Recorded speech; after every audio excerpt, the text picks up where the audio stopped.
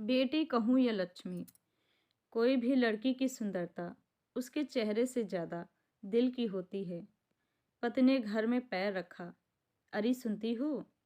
आवाज़ सुनते ही पत्नी हाथ में पानी का गिलास लेकर बाहर आई और बोली, अपनी बेटी का रिश्ता आया है। अच्छा भला इज्जतदार सुखी परिवार है। लड़के का नाम युवराज है। बैंक में काम करता है। बस बेटी हाँ कह दे तो सगाई कर देते हैं। बेटी उनकी एकमात्र लड़की थी। घर में हमेशा आनंद का वातावरण रहता था। कभी कभार सिगरेट व पान मसाले के कारण उनकी पत्नी और बेटी के साथ कहासुनी हो जाती, लेकिन वो मजाक में निकाल देते। बेटी खूब समझदार और संस्कारी थी। एसएससी पास करके ट्यूशन सिलाई का काम करके पिता की मदद करने की कोशिश करती। अब तो बेटी ग्रेजुएट हो गई थी और नौकरी भी करती थी, लेकिन बाप उसकी पगार में से 1 रुपया भी नहीं लेते थे और रोज कहते, बेटी यह पगार तेरे पास रख, तेरे भविष्य में तेरे काम आएगी। दोनों घरों की सहमति से बेटी और युवराज की सगाई कर दी गई और शादी का मुहूर्त भी निकलवा दिया।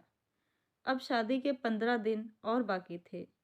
बाप ने बेटी को पास में बिठाया और कहा, बेटा तेरे ससुर से मेरी बात हुई। उन्होंने कहा दहेज में कुछ नहीं लेंगे, ना रुपए ना गहने और ना ही कोई चीज़। तो बेटा तेरे शादी के लिए मैंने कुछ रुपए जमा किए हैं। यह 2 लाख रुपए मैं तुझे देता हूँ, तेरे भविष्य में काम आएंगे। तू तेरे खाते में जमा करवा देना। ओके पापा। बेटी छोटा सा जवाब देकर अपने रूम में चली गई। समय को जाते कहाँ देर लगती है। शुभ दिन बारात आंगन में आई। पंडित जी ने चावरी में विवाह विधि शुरू की। फेरे फिरने का समय आया। कोयल जैसे कुहकी हो ऐसे बेटी 2 शब्दों में बोली, रुको पंडित जी, मुझे आप सबकी उपस्थित में मेरे पापा के साथ बात करनी है। पापा आपने मुझे लाड़ प्यार से बड़ा किया, पढ़ाया लिखाया, खूब प्रेम दिया।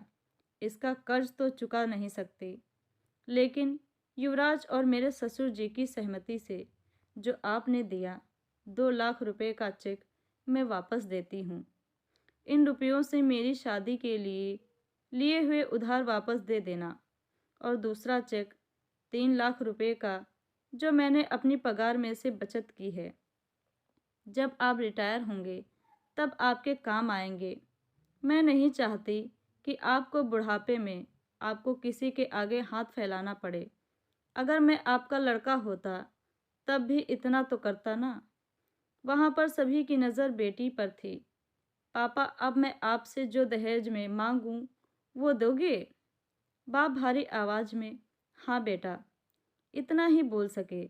तो पापा मुझे वचन दो, आज के बाद आप सिगरेट को कभी हाथ नहीं लगाओगे। तंबाकू पान मसाले का व्यसन आज से छोड़ दोगे। सबकी मौजूदगी में दहेज में बस इतना ही मांगती हूँ। लड़की का बाप मना कैसे करता।